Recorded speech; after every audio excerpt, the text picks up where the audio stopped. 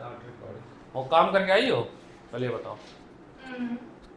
का होता है, दिखाओ काम, तुम काम दिखाओ, ग्रेविटेशन का वो वर्कशीट दिखाओ, है ना। चलो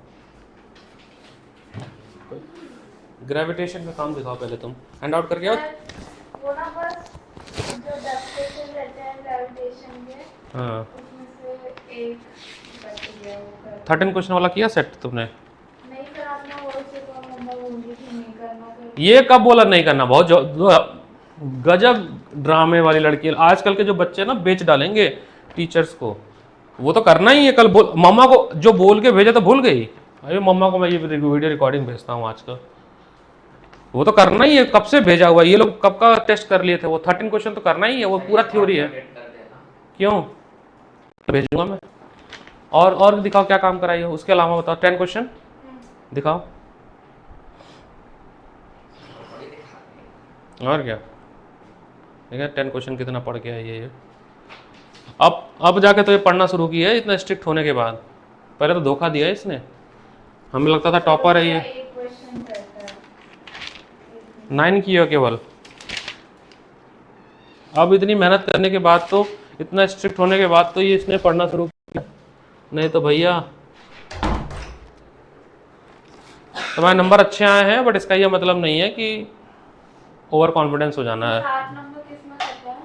MCQ गलत हुआ है। चलो मैं डिस्कस करता हूँ ये पेपर में जो न्यूमेरिकल्स हैं, ठीक है। तो हैंड आउट और न्यूमेरिकल दो चीज़ डिस्कस करना है ग्रेविटेशन के। तो थ्योरी पोर्शन तुम्हारा ठीक है, बस न्यूमेरिकल पोर्शन में हमें काम करना है।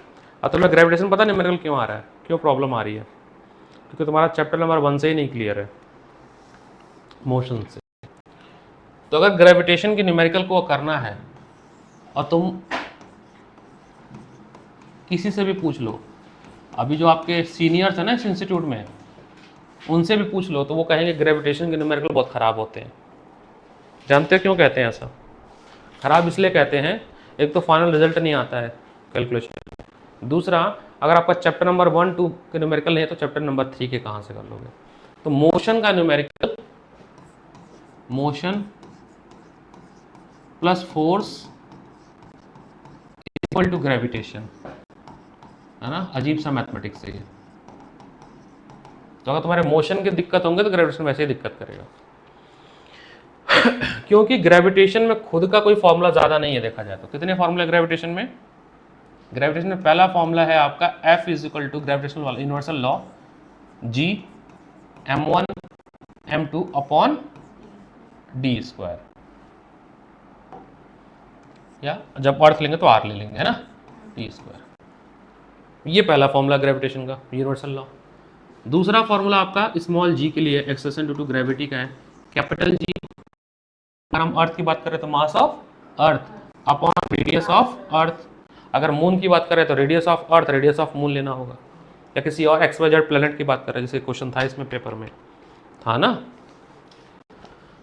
थर्ड क्वेश्चन आपका आता है वेट का, तो वेट होता है देते हैं। फोर्थ फॉर्मूला, और कौन सा फॉर्मूला आएगा फोर्थ? क्या रेशियो वाला?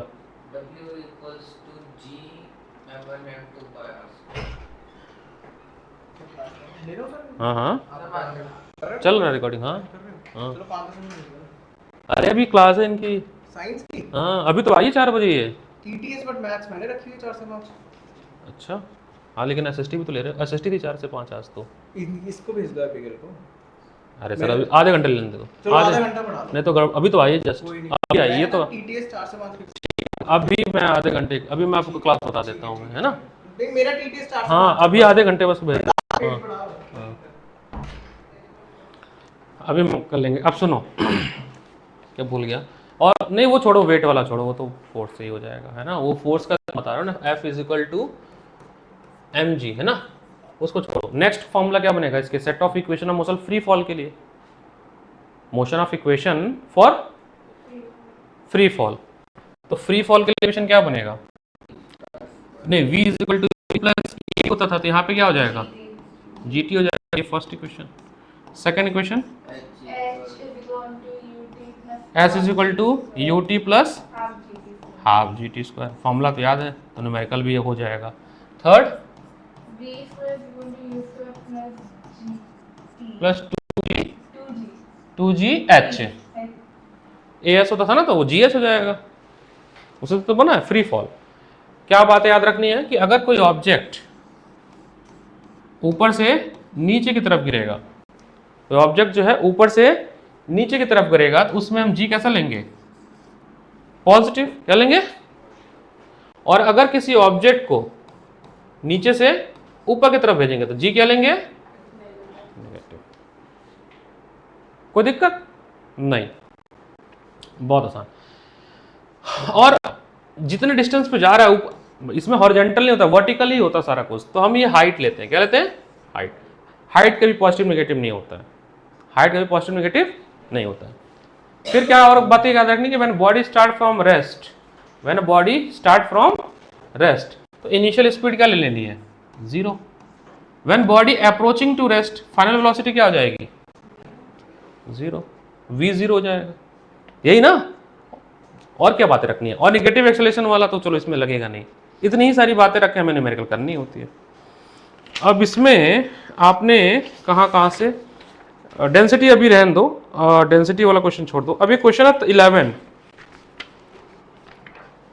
क्वेश्चन नंबर है 11। ये है कि अ stone is release from a top of tower, एक स्टोन है वो किसी छत से गिराया जा रहा है, टॉप ऑफ टावर से गिराया जा रहा है, तो इनिशियल वेलोसिटी कितनी होगी? मान लो ये रूफ है, इनिशियल तो 0 होगी, पक्का बात। आगे पढ़ लेते हैं। हाइट दिया हुआ कितना? 19.6 मीटर, यानी h गिवन है। क्या है? h गिवन है। क्या? कैलकुलेट द फाइनल वेलोसिटी, जब ये नीचे गिरेगी भम से, तो v निकालना है। वैसे तो रुक जाएगी, बट रुकने के पहले की बताना है, विजुलाइज ऐसे करना पड़ेगा प्रॉब्लम्स। अब आप समझ लो आपके पास क्या क्या गिवन है। क्वेश्चन नंबर 11 में गिवन क्या क्या है आपके पास, कुछ चीजें अपने हिसाब से भी सोचनी है। u क्या है? 0, v हमें पूछा है, h हमारे पास है 19.6 मीटर, और एक चीज और है g, नीचे गिर रहा है ना, तो प्लस 9.8 मीटर पर सेकंड। इतनी चीजें हमारे पास गिवन है, और ये वैल्यू अननोन है, और इक्वेशन भी आपके पास है, आपके पास इक्वेशन भी है। कौन सा यूज करेंगे बताओ, कौन सा यूज करें? v पूछ, देखो सेकंड नहीं कर सकते हैं क्योंकि v नहीं है इसमें, तो बचा क्या? थर्ड यूज करते हैं। चलो थर्ड यूज करते हैं, ठीक है। तो थर्ड इक्वेशन क्या है? v square is equal to u square plus 2gh। तो v square is equal to 0 का स्क्वायर प्लस 2 इंटू 9 और h कितना है? 19.6। ये क्वेश्चन क्यों नहीं कर पाई तुम? यही तो क्वेश्चन था।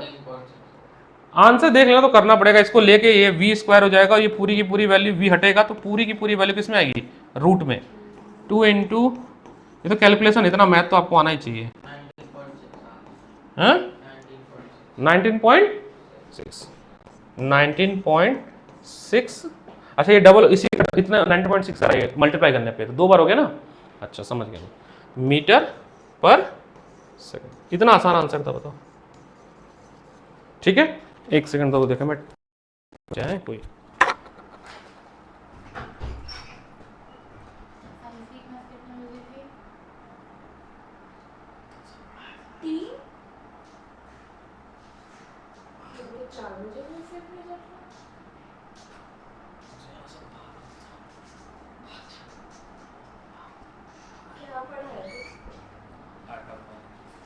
इसके पहले आइटम मॉलिक्यूलर रिकॉर्डिंग हुई तो मैं देख के आना।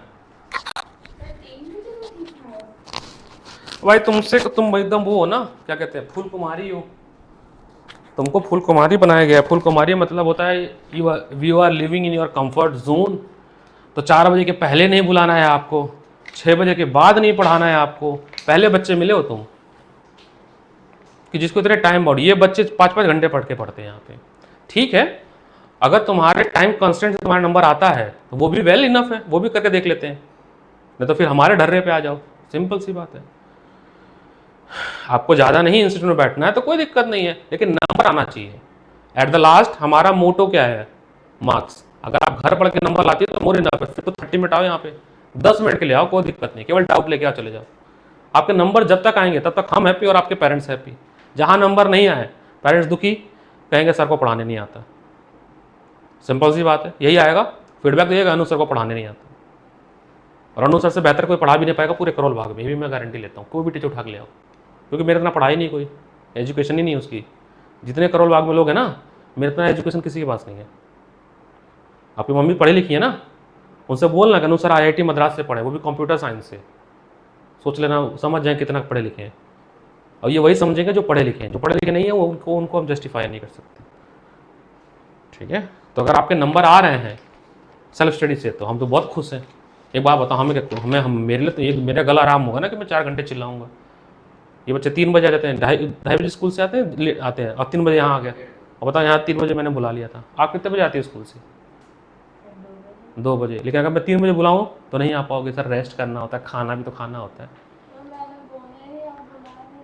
मैंने आपने नहीं बोला, आपके घर से जो इंस्ट्रक्शन है कि 4 to 6 only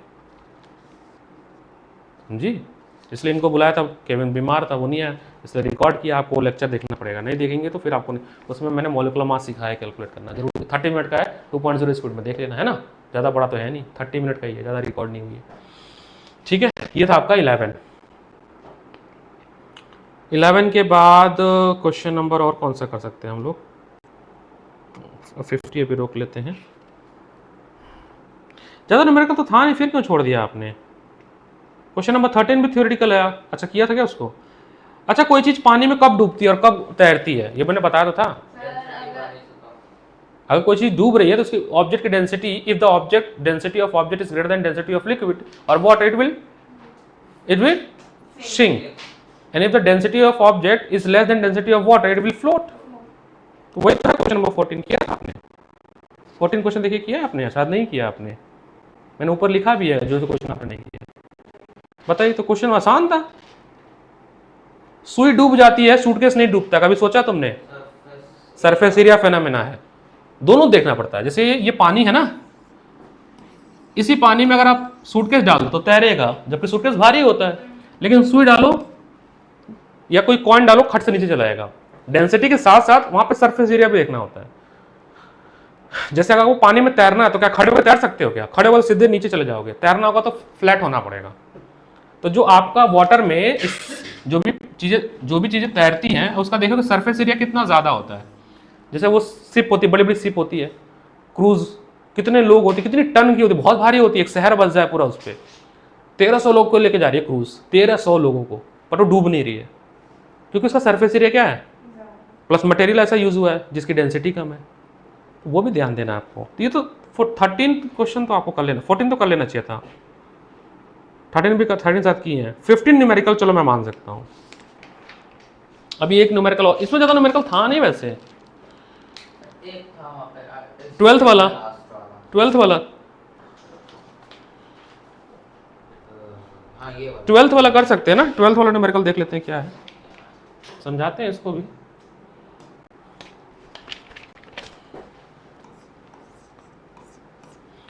question number 12, the radius of earth is about 6370 kilometre. ये एक अर्थ है, एक ही अर्थ है वैसे पूरे पृथ्वी पे, पूरे ब्रह्मांड में। इसका रेडियस दिया हुआ कितना दिया है? 6370 किलोमीटर। तो सबसे पहले तो आप इसको कन्वर्ट कर लें, यहाँ पे गिवन दैट लिख रहा हूँ मीटर में, तो 6370 इन 3 जीरो और आ जाएगा, बोलो हाँ है ना। तुम इसको और अच्छे से कर सकता हूँ, तो 637 10⁴ मीटर लिख सकता हूँ। आगे पढ़ते हैं। एन ऑब्जेक्ट ऑफ मास, एक कोई ऑब्जेक्ट है, is taken at height of 230 kilometre above the surface of earth. ठीक है, अर्थ के सरफेस से एक ऑब्जेक्ट को उठा के ले गया, हाइट है उसकी, कितनी हाइट पे लेके गए?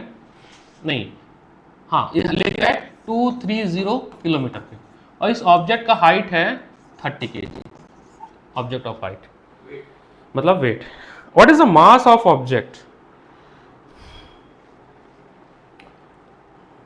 देखो एक सेकेंड, मास निकालना ना, तो वेट आपका होता है mg, m इंटू जी। w दिया हुआ है कितना?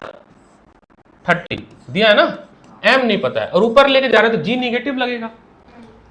वैसे जो कोई इशू नहीं है, इसको सॉल्व करोगे तो यहाँ से m निकल जाएगा, एम ही तो पूछा है पहले केस में, इन दोनों को सॉल्व करो तो यहां से एम निकल जाएगा केजी में।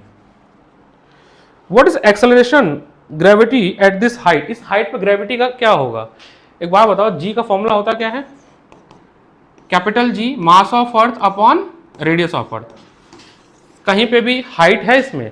नहीं ना, तो जी तो हर जगह सेम होगा, तो g does not depend on height, क्योंकि फॉर्मूले में नहीं है।